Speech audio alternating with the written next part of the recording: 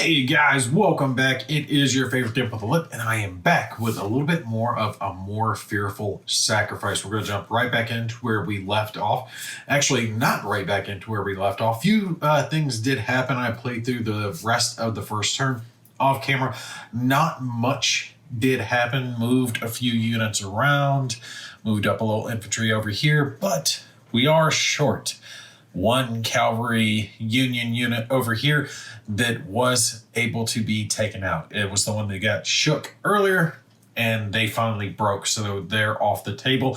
Got a little bit of a gap here for the Confederates to maybe push through, but not really the best of ideas because I put them right here in this valley. And some more of the Union units moved up and got into this position here. So they're moving up to reinforce. We've got some cavalry, some artillery here, but now that I'm thinking about it, that was a bad choice because now they don't have a line of fire. And okay, since it was the next turn, I did move us up to the 10 a.m. and I grabbed the units off of that. And like I said, this is just how I set mine up. I think it works well for me. For some of the bigger scenarios, it might not work as well if you get a buttload of units, but I'm able to fit all of these on here. That way I can just grab them up for this hour and throw them on the board ready to join the battle. All right, so just so you can see from our scenario, it shows the reinforcement schedule. And for us, we're looking at 10 a.m. We started at 9. So we've only got 3 units coming in and some artillery for the Union forces.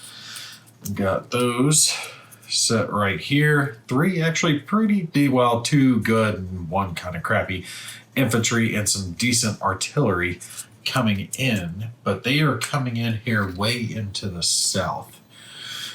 Major lane. So now I've got to decide with these guys, because they're going to come on over here, up this way, what to do with them, because our fight's going on up here, and there's a major lane, and I can get a lot of distance, but it runs into Gettysburg, which slows us down.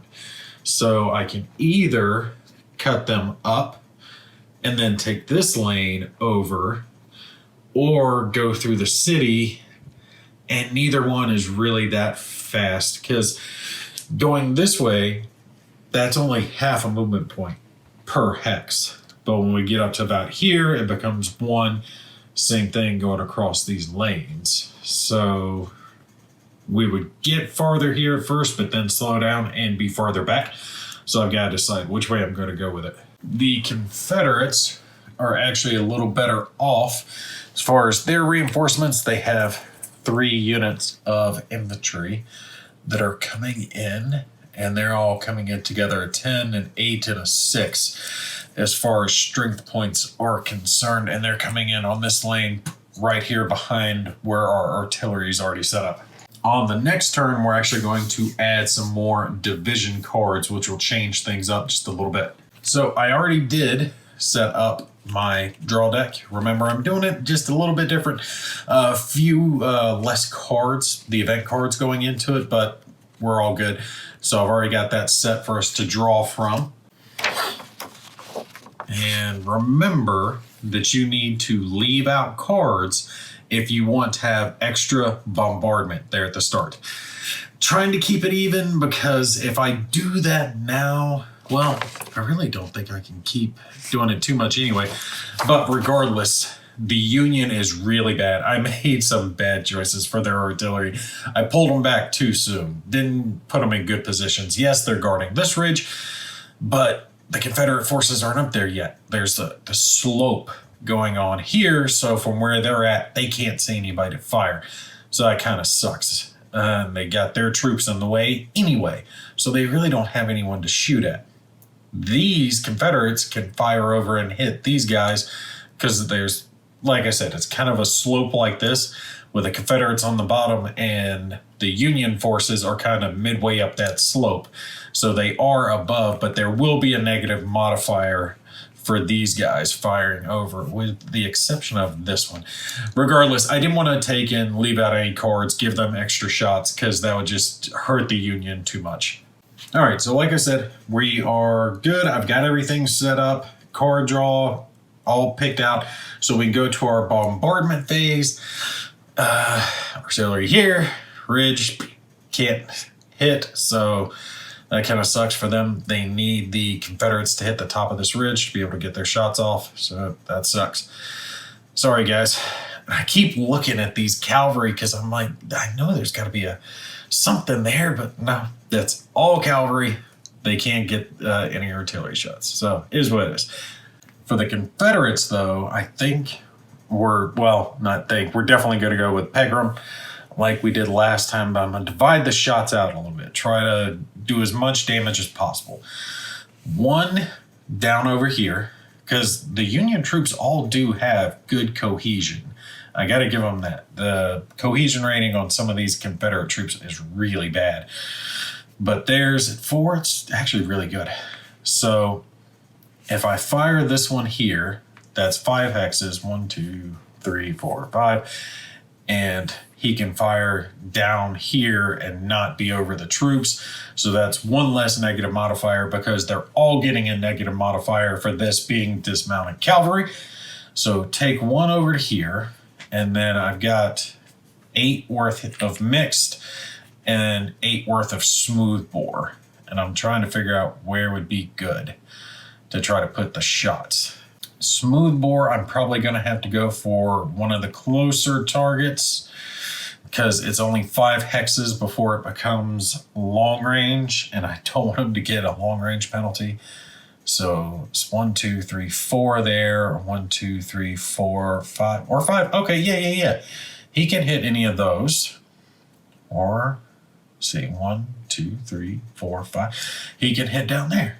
Yeah. So he's got options. With mixed, it's up to 6, but they've already got some negative modifiers they're going to apply to them. So I tell you what, let's start here. Take this first shot. Just see how this pans out, and then we'll pick who we're going to go with on those 2. It is good that they are dismounted because if they were mounted, they'd be getting torn up. So remember, I'm using my gravity dice. Red is red, the little gray is black, and green again stands for white. 4 strength power rifled at these guys. And we are going to get 1 -1 for them being dismounted cavalry. That's going to bring us down to 3, which is relatively bad. You got to roll high just to get even a basic hit. So I don't anticipate much out of these artillery shots, but we'll take it just to see what happens. Yeah, 31. Oh, it wouldn't matter anyway. With a 6 on that gravity die, it's going to be nothing. Let's see. 31. Gonna be no effect. No effect with 6. Doesn't matter anyway. Actually, this is going to matter because his cohesion rating is a 4, and plus the 6 from that is going to put him at 10. He does get firefight after that shot. So yeah, he gets to shoot, but he's only got a range of 1, so he has to shoot at this adjacent target. So we'll take that shot real quick. Good grief. All right. This was bad for the Confederates. 4. He's firing downslope, which isn't going to matter for his shot. Firing an infantry. I don't think he's getting any negative modifiers. Yep, no modifiers. He's getting a better shot than the cannon got. Okay, he's taking a shot at Confederate infantry. See what he gets. That's nothing. Oh, tell me. Oh, damn, if that had been a 6 again, they would have been able to return fire because this is 32, so we already know that's going to be no effect on the 4. But plus his cohesion rating would be a 5. So yeah, no effect. If this had hit a little bit higher, we would have got another firefight with them shooting back. Now that actually would have been cool. I would have got a kick out of seeing that. You guys actually put it down in the comments, those who have gotten a chance to play. If you've had a situation where you've had fire go so poorly that it's just gone like back and forth, as each side kept shooting at each other. Oh, and someone had been asking in the previous comments about the game. It appears that it is out of stock. It's sold out quickly. But I do know they're going to be doing another print run, and they are going to update just a few of the components, especially things like the player aids and things like that. They got a little tweaked there on the first round. So if you haven't got it yet, if you can hold out and wait and don't buy it secondhand and you can find or get the second edition, I would probably go that route since you will get better components. Yeah, you're going to be waiting some months, but if you can wait, do that. Here's my problem. I have got to break their cohesion rating. Their cohesion rating is being held up because they're all supported, because they're all adjacent to each other. It's such a key thing to this system. So I've been trying to target units that are in the middle. So I think that's what we're going to do here. 1, 2, 3, 4, 5. Target this one. Even though this one is more powerful, it'll do me better long term to cause this one to retreat or fall back or break or be destroyed or whatever.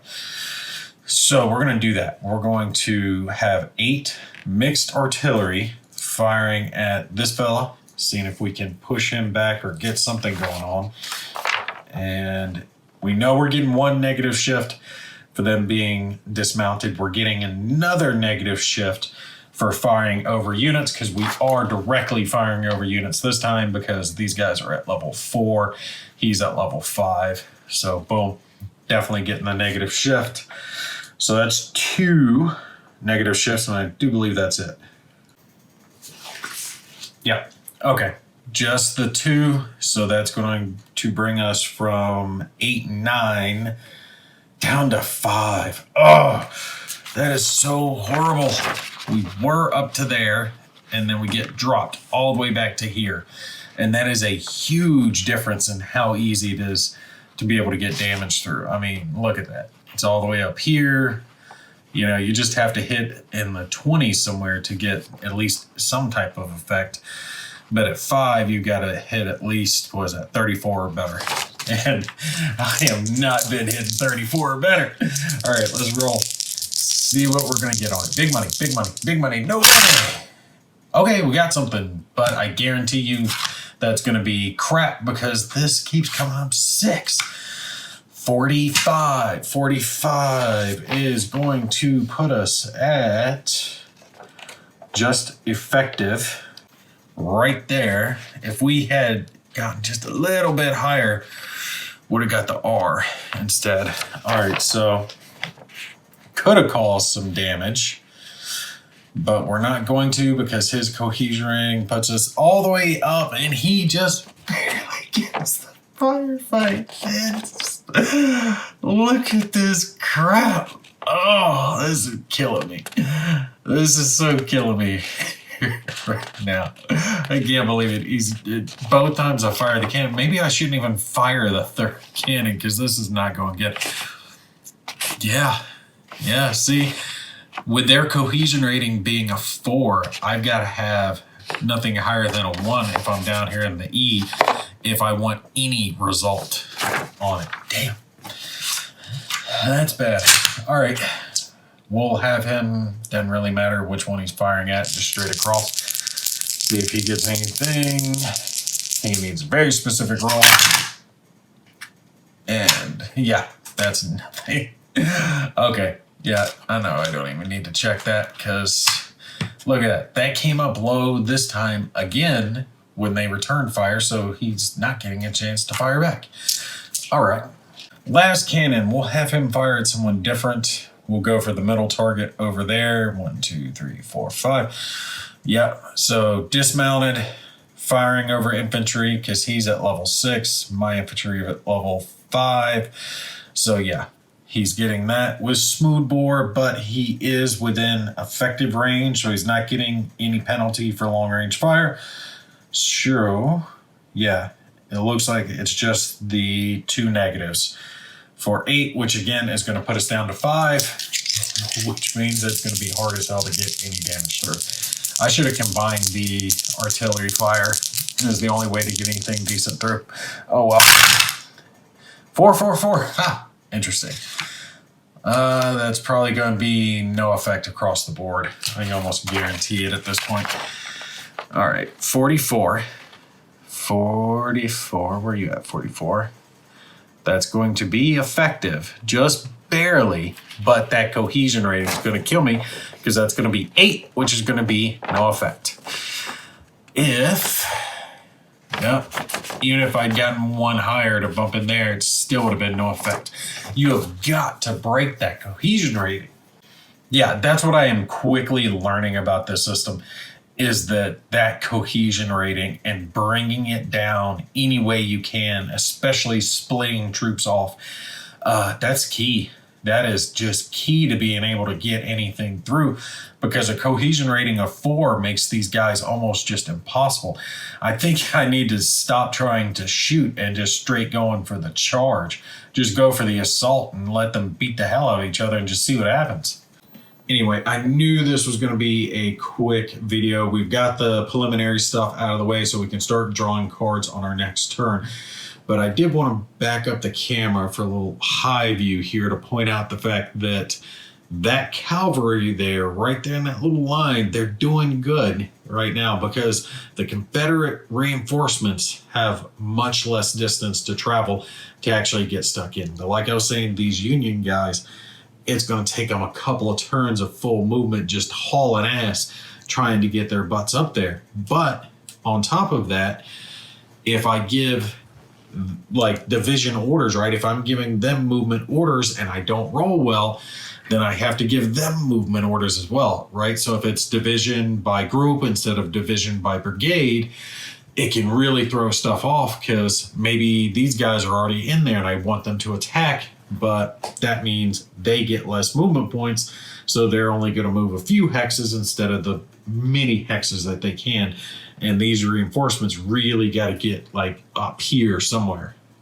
Yeah, I'm thinking maybe I just take these guys up, bring them along this lane and just try to get them in there as close as possible, as quick as possible, to try to get stuck in there, because it's going to take them a couple hours just to get in position. Not, my time, but in game time. So that's why these cavalry have to hold, which, I mean, they're doing right now. The cohesion rating set to where I can't break it. So the longer they hold, the more troops can get in behind here, take position on these ridges, get some artillery lined up. That way, when the Confederates do start to top this ridge, they get a face full of canister shot and call it a day. All right, but you guys stay tuned. What I'm probably going to do is maybe something similar, but a little bit quicker to the previous video. Since I have covered the rules, I'll speed up just a little bit. Next video, we'll just run the next turn, get through as much of it as possible, and then any cards left, I'll just run off camera. That way, on the next video, we can just pick back up with the third turn. All right, but that's going to be it for me. You guys take care. I will catch you in the next one.